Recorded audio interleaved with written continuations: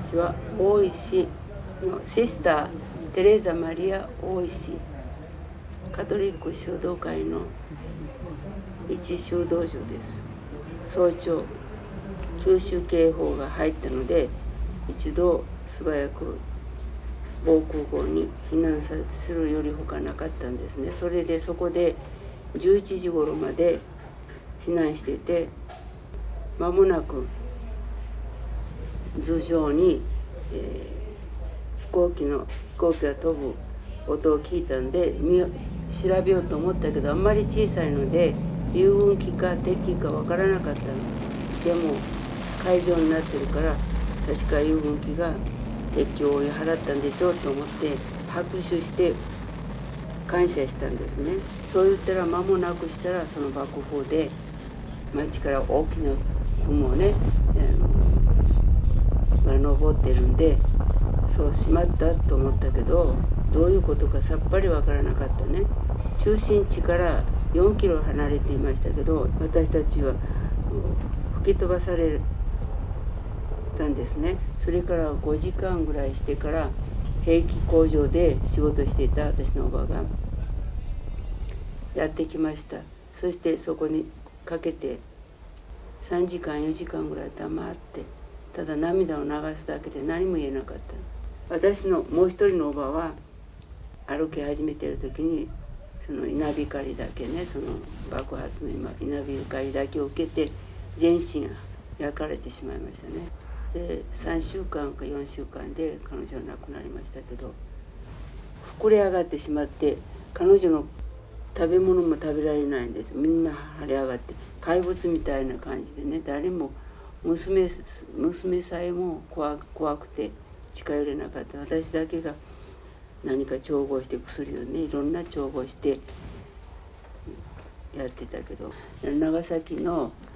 町にはもう一人のおじが負傷してるからっていうんで、私たちはそこを通ってそのおじを迎えに行こうとしたんですけど、もう表現できないですよね。黒ごけになって倒れ死んでしまって、電車に乗ってる人たちもみんな一緒に一山になって焼き焦がれていたりね。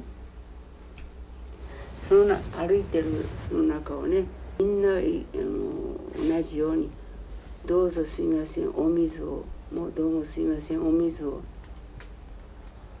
そういうね叫びがあるのね。だから父は一人一人に一つのコップね、入れてあげて水をあげたんですね。この町はゴイアス州のアナポリス市で、この教会はカテドラオ・ボンジェズスと言います。15年ほどここで活躍しています。毎日午前7時と午後18時にごミサがあります。大勢の人が参加しています。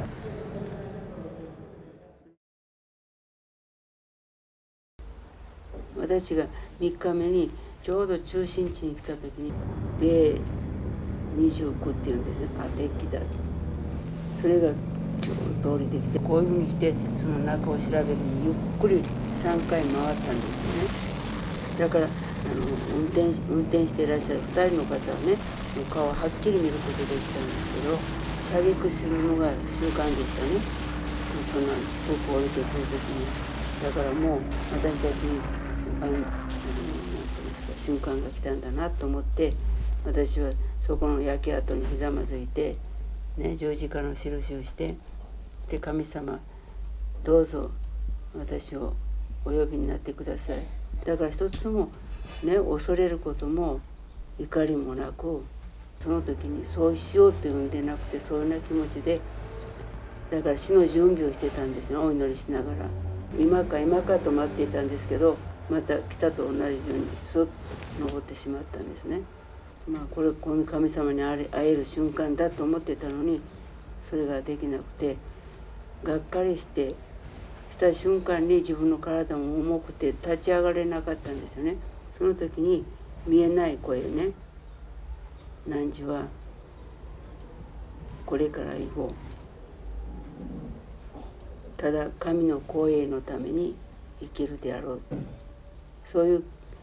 の声を聞いて体がスッと軽くなったのを感じて立ち上がったんです。はい、分かりました。自分のためでなくて神の光栄のために生きる。父の考えでね、安全なところに家庭を置きたいというその望みね、自費でいけないから農場なんかに働く人必要なところね探して、ブラジルに着いた時にはコーヒー園に入って重労働をねさせられた。そんな仕事したことないんだけど、そういうような仕事ね、父もみんな家族全部ね、その旅費を払うために1年ちょっとして、もう父が倒れてっていうかもう動けなくなって、仕事できなくなってね、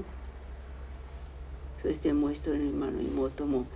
盲腸の手術しなきゃならない。だからだんだんとダメになっていくから、私はその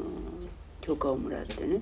そしてパラナの方にその父のいとこがいるところね、そこに家族を置いて私は修道院に入ったんですね。そして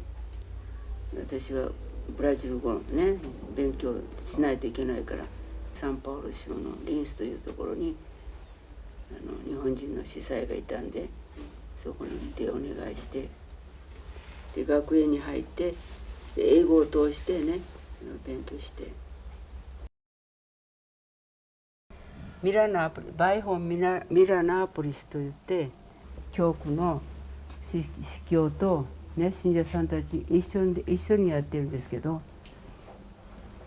教育環境を作っているところね、場所準備しているとこ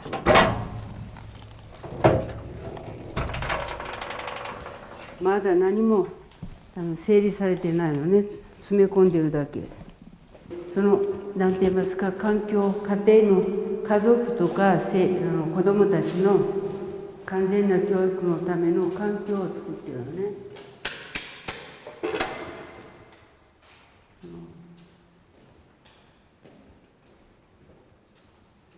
Daqui com matagal, não adianta carpir logo nasce, né? Então um jeito assim dá nivelando aqui, né, aquela pedra, né? Prática, eu sei, mas não vive, né? Então aqui aprende. 原爆はそういうような覚醒ね、それは人間が許さないといけない。だから私たちはその被害を受けたけども、それを悲観的に持たなくて、それはあっていいんだって言うんでなくて、それを許された神様に感謝して、少しでも苦しむことができたことをね感謝するけども、それは他の人にあってほしくない。苦しむ必要ないんですけど、本当に愛し合っていく、本当の意味で愛し合っていくということを学んで、世界にも呼びかけないとダメなのね。日本でそんなことあったんだからね、それを絶対に繰り返すことがないように、経験がなくたってどれほど悲惨な状態であったかということは分かると思うんですよね。国のために日本人は心合わせてどんな犠牲でも捧げていったでしょ。素晴らしかったですよ。誰も知らない人なんだけどね、お水いっぱいくださいってそれだけを願うのに、水くれとかそんな言うんじゃなくてね、お水くださいね、そして運んであげるとね、どうもありがとうございましたって死んでいくのにね。だから日本人はもっとその人たちのね、帰ってその人たちの姿をね思い越して、日本人としての誇りを持ってほしいと思うんですよね。